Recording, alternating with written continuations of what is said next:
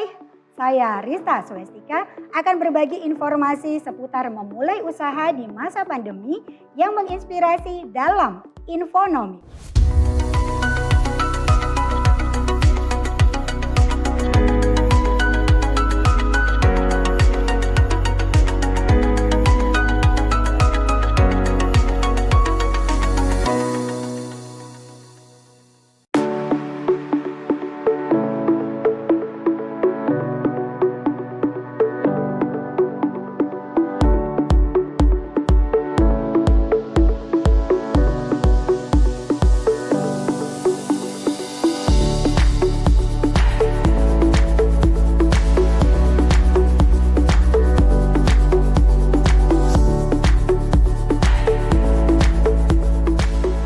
Benar sekali ya, dengan adanya kondisi COVID-19 dari tahun 2020 sampai 2021 ini banyak sekali saudara-saudara kita yang kehilangan pekerjaannya, artinya berimbas dengan pendapatan yang hilang 100%, ada juga yang hilang 25, 75 bahkan 50%. Kemudian apa yang harus kita lakukan?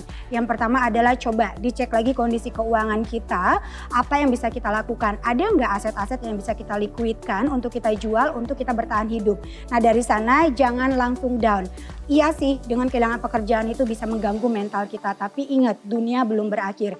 Kita tetap harus masih bersyukur. Kenapa? Karena kita masih diberikan kesehatan dan masih diberikan peluang untuk melakukan usaha, untuk menambah pendapatan atau mengganti pendapatan yang hilang tadi. Artinya, yuk coba lihat peluang-peluang usaha apa yang bisa kita lakukan untuk mengganti income yang hilang ataupun income yang berkurang tadi.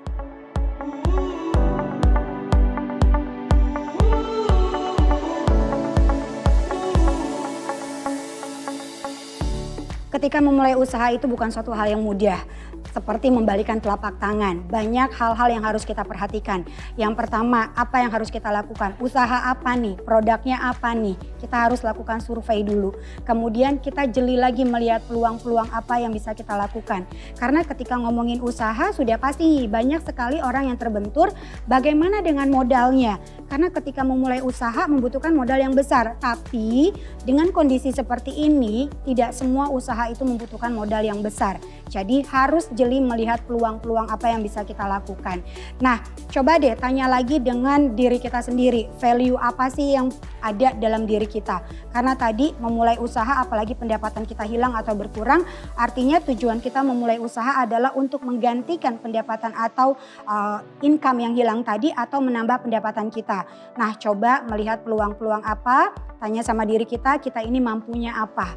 Kemudian cari apakah yang value atau kemampuan yang kita punya ini memang dibutuhkan oleh market. Jadi memang harus survei dulu.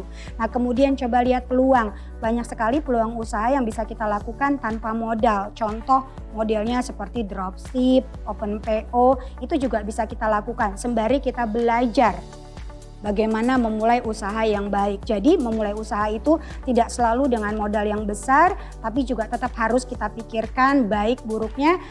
Apakah ini usaha untuk jangka pendek? Apakah usaha ini sebenarnya bisa kita untuk jangka panjang juga?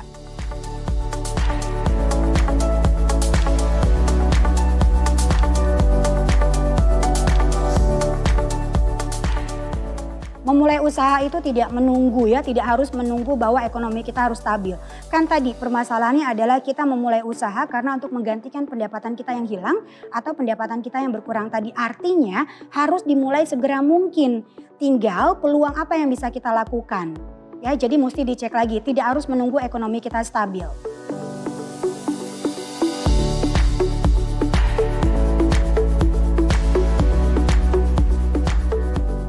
Ketika ada kondisi COVID-19 ini pemerintah juga tidak tinggal diam. Artinya pemerintah juga memikirkan masyarakatnya agar bisa terus bertumbuh dan ekonominya juga terus bisa berjalan.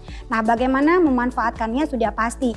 Harus dimanfaatkan bagaimana bantuan dari pemerintah ini bisa menambahkan pendapatan untuk kita. Bukan untuk biaya kehidupan sehari-hari. Karena kalau dipakai untuk biaya kehidupan sehari-hari artinya nanti uangnya akan segera habis. Sedangkan kita nggak tahu COVID-19 ini sampai kapan ya, pandemi ini sampai kapan. Artinya juga harus dipilah-pilah, yaitu harus dibuat budgetingnya juga. Mana yang untuk kebutuhan, mana yang bisa kita gunakan untuk memulai usaha.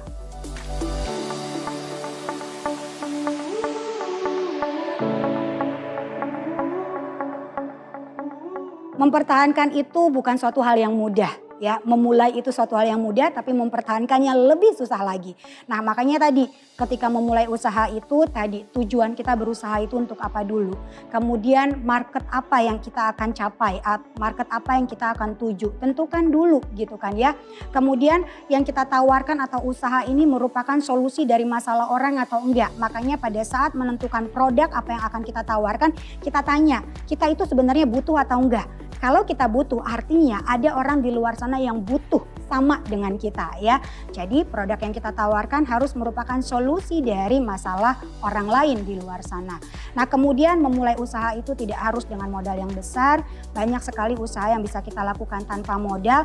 Tinggal kita jeli nggak lihat peluang ini. Nah, kemudian jangan lupa juga karena kondisi pandemi ini kita tidak bisa langsung bertemu dengan orang, maka manfaatkanlah yang namanya dunia digital. Contoh misalnya usaha-usaha kita adalah makanan yang orangnya harus datang. Artinya harus dirubah nih bentuknya ke frozen food gitu ya, yang artinya bisa dikirim ke seluruh Indonesia atau bisa dikirim keluar gitu ya. Kita harus melakukan perubahan dan beradaptasi. Kalau kita tidak melakukan perubahan dan beradaptasi, maka kita nggak akan jadi pemenangnya gitu ya. Kita akan hanya berkeluh kesah dengan ada kondisi pandemi. Padahal sebenarnya kondisi pandemi ini juga mengajarkan banyak hal tentang kehidupan. Bahwa tidak ada zona nyaman. Artinya kita harus merencanakan kehidupan kita karena resiko itu kita nggak tahu kapan datang. Nah, kemudian gunakan juga personal brandingnya juga harus naik. Artinya teman-teman harus bersahabat dengan yang namanya dunia digital saat ini. Mau tidak mau gitu ya. Jadi bisa juga teman-teman menggunakan jasa e-commerce banyak banget di luar sana untuk memasarkan produk-produk pada saat kita memulai usaha tadi. Tapi ingat, memulai usaha itu harus disesuaikan dengan passion kita, disesuaikan juga dengan karakter kita, dan kitanya nyaman, happy untuk melakukan usaha tersebut.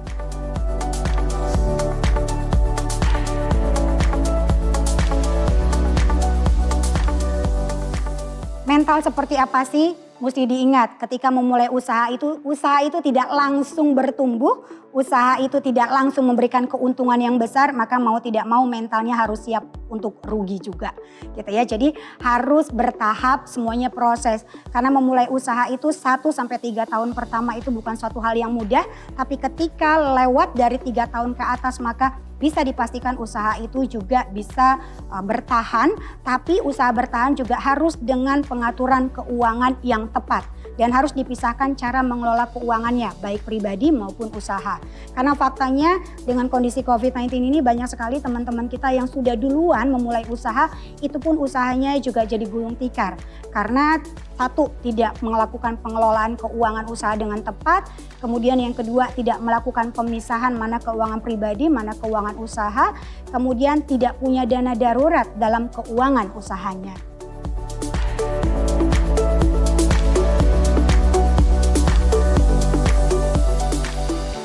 Kan tadi aku sempat informasikan bahwa ketika memulai usaha tidak selalu dengan modal yang besar. Tapi coba deh tanya value apa yang ada dalam diri kita. Contoh misalnya perempuan gitu ya bisa masak. Nah coba kenapa enggak masakannya itu dibuat? Modelnya ditawarin dengan open PO. Jadi dibuat dulu kemudian fotonya dikirim ke dalam grup-grup gitu ya. Atau ditawarkan dalam sosial media. Dari sana ketika ada yang order mereka kan harus bayar. Artinya kan kita nggak pakai modal. Oke, nah itu juga salah satu cara untuk meminimalisir kerugian kita dengan model open PO tadi. Nah value seperti itu sih yang harus kita sadari. Karena kan tadi kalau misalnya tadi kehilangan pekerjaan artinya kan kita juga nggak punya duit untuk modal usaha.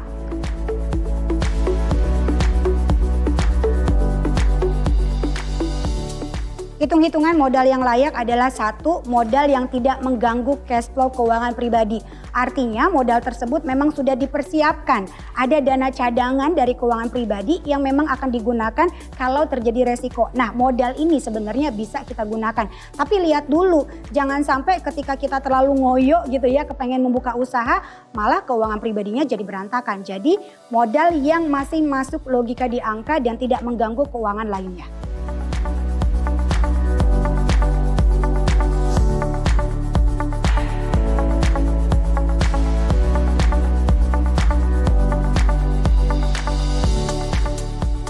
Kondisi pandemi saat ini mengajarkan banyak hal buat kita bahwa tidak ada zona nyaman dalam kehidupan kita. Untuk itu, selagi masih ada yang bisa kita persiapkan, persiapkanlah terutama untuk modal usaha nanti ke depannya.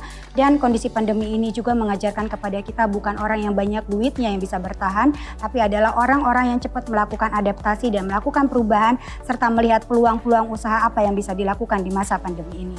Yuk, jangan berkecil hati, tetap harus bangkit dan melihat peluang apa yang bisa kita lakukan saat ini.